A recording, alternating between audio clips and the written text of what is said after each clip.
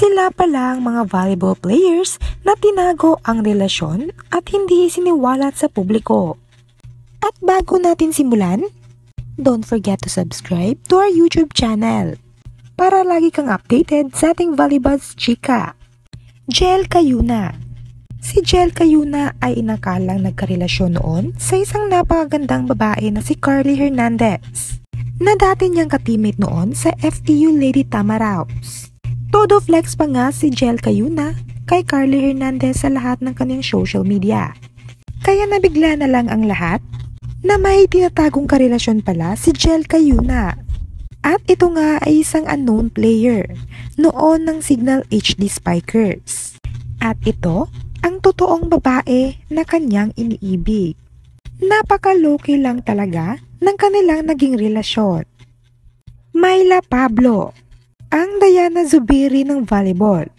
Ang alam ng nakararami na single pa ang nag-iisang Bagyong Pablo. Dahil hindi naman ito maaktibo na ibahagi ang kanyang love life sa kanyang social media. At sa hindi inaasahang pangyayari, nagsilabasan na lang ng kusa ang mga larawan kasama ang kanyang pinakatatagong unknown boyfriend outside volleyball industry. Hindi pa tukoy ang pangalan. Ngunit masaya ang marami dahil nahanap na ni Myla Pablo ang kanyang the only one. Ea Laure, ang Cheritigo crossover open spiker at bahagi ng right squad na si Ea Laure, ay ang nag-iisang straight pala sa kanilang grupo. Pagkatapos niyang proud na flex ang jowa niyang si Elijah Singson sa kanyang social media. Kahit alam na nga ng karamihan na si Ea Laure ay may naging karelasyon noon. Ngunit mas pinili niya pa rin itago muna ito bago isiwalat sa takdang panahon.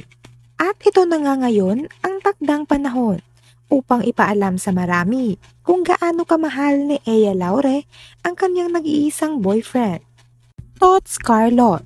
Si Tots Carlos at Kyle Negrito ay pilit pa ring tinatago ang kanilang relasyon sa social media. Kahit alam na ng nakararami na may namamagitan sa kanilang dalawa. Saksi ang lahat ng mga fans kung paano sila nagkaroon ng closure outside the volleyball court. Marami ang nagsasabi na hindi pa ito kayang isapubliko ni Tots Carlos ang kanyang naging karelasyon na si Kyle Negrito. Dahil alam naman natin na may past issue ito sa nooy dating karelasyon at best friend ni Kyle Negrito na si Sed Domingo. At may cryptic post pa nga si Sed Domingo na tinamunan ang mukha ni Kyle Negrito ng Philippine flag. Hindi nga ba naging maganda ang hiwalayan ni Tots Carlos at Sed Domingo? Risa Sato.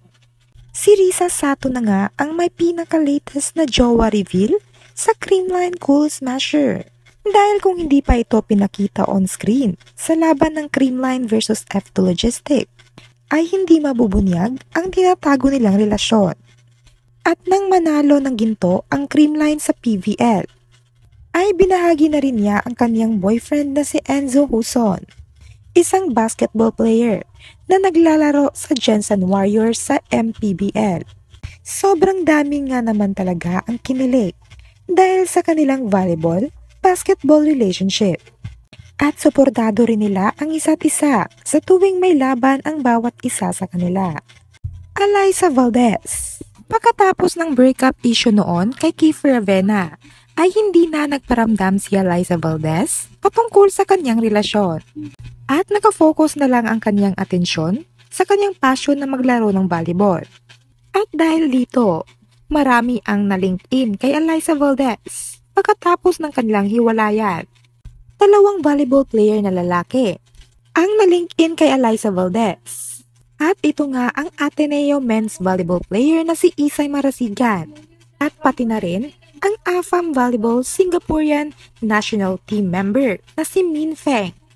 Marami na nga ang kinilig dahil napansin ng marami na suot ni Alyssa Valdez ang volleyball shirt ni Min Feng. At nang sa akalay, doon na magsisimula ang kanilang love story. Ngunit ngayon ay isang unknown person na naman ang pilit na naiugnay kay Liza Valdez. At ito nga ay si Luigi Pumaren. Naging trending na lang ito nang nanood ito live sa PVL.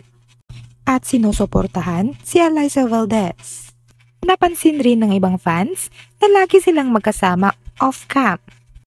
Si Luigi Pumaren na nga kaya ang tinatagong karelasyon ni Liza Valdez?